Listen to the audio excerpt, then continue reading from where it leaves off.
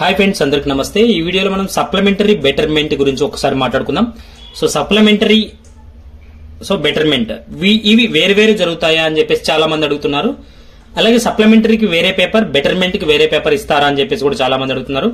So వాటికి సంబంధించి video చేస్తున్నాను. నచ్చినట్లయితే లైక్ చేయండి, మీ ఫ్రెండ్స్ ఉంటే వాళ్ళకి కూడా షేర్ చేయండి. ఫస్ట్ టైం చూసినట్లయితే సబ్స్క్రైబ్ చేసుకోండి. ఇంకొక ముఖ్యమైన విషయం ఏంటంటే, ఇలాంటి వీడియోస్ అన్ని కూడా మేము చాలా వరకు చేస్తూ ఉంటాం, అప్డేట్స్ ఇస్తూ ఉంటాం.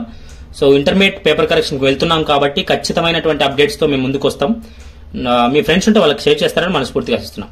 సో ఇక్కడ మనకి డిస్ప్లేలో చూస్తున్నాం, మనం 2024 సంబంధించి మనకి పోలింగ్ అయితే నెక్స్ట్ మేలో 13వ తారీఖు జరుగుతుంది. అంటే ఎలక్షన్స్ జరుగుతాయన్నమాట. వాటికి సంబంధించి మరి సప్లీకి ఏమైనా ఆటంకం ఏర్పడుతుందా? సప్లిమెంటరీ ఎగ్జామ్స్ కూడా అప్పుడే జరగాల్సి ఉంది.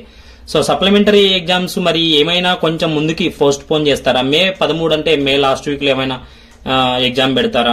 లేదంటే జూన్ 4వ తారీఖు కౌంటింగ్ ఉంటుందన్నమాట. ఎలక్షన్ జరిగిన తర్వాత జూన్ 4 తర్వాత ఏమైనా ప్లాన్ చేస్తారా అనేది ఒక పెద్ద డౌట్ గా మారింది ఇప్పుడు. అలాగే బెటర్మెంట్ గురించి ఒకసారి మాట్లాడుకుందాం. బెటర్మెంట్ ఏ సబ్జెక్ట్స్ కట్టుకోవాలి కూడా మనం క్లియర్ గా మాట్లాడుకుందాం.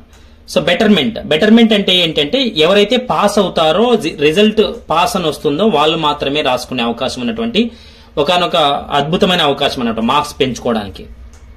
అది కూడా ఎలాంటి సబ్జెక్ట్స్ మార్క్స్ పెంచుకోవచ్చు. కొంతమంది అనుకుంటుంటారు మొత్తం A to Z కట్ పారేసి మళ్ళీ మార్క్స్ పెంచేద్దామని. అంత సీన్ లేదు. ఖచ్చితంగా అలా ఎవరు కూడా మార్కులు పెంచుకోలేరు.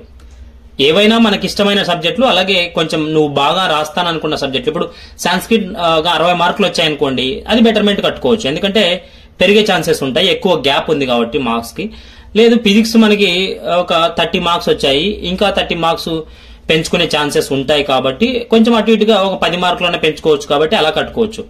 సో మొత్తం అన్ని కట్టుకోవద్దండి. ఏవైనా 2, 3 అంటే మీకు నచ్చినట్ట, మీరు బాగా చదివినటువంటి, మీరు ఖచ్చితంగా పెరుగుతాయని కాన్ఫిడెంట్ ఉంటే వాటిని మాత్రమే కట్టుకోండి. కొంతమంది ఆశ కొద్దీ బెటర్మెంట్ అన్ని దానిలో పెంచేద్దాం మార్కులు అని చెప్పేసి అనుకుంటూ ఉంటారు. ఇంకొక ముఖ్యమైన డౌట్ చాలా మంది అడుగుతున్నారు. సో ఇప్పుడు మనకి వచ్చిన మార్కులు ఉంటాయి కదా సార్, మరి బెటర్మెంట్ లో తక్కువ మార్కులు వస్తే, ఇప్పుడు సాంస్క్రిట్ లో నాకు 60 మార్కులు వచ్చాయి, నేను బెటర్మెంట్ కట్టుకున్నాను, నాకు 50 మార్కులే వస్తే మరి ఈ మార్కులు కలుపుతారా అని భయపడుతున్నారు చాలా మంది. సో అలా ఏం లేదు. మీకు మొదట వచ్చిన మార్కుల కంటే ఎక్కువ వస్తేనే బెటర్మెంట్ లో కలుపుతారు తప్ప, తక్కువ వస్తే ఆ తక్కువ మార్కులే కన్సిడర్ మాత్రం చేయరు.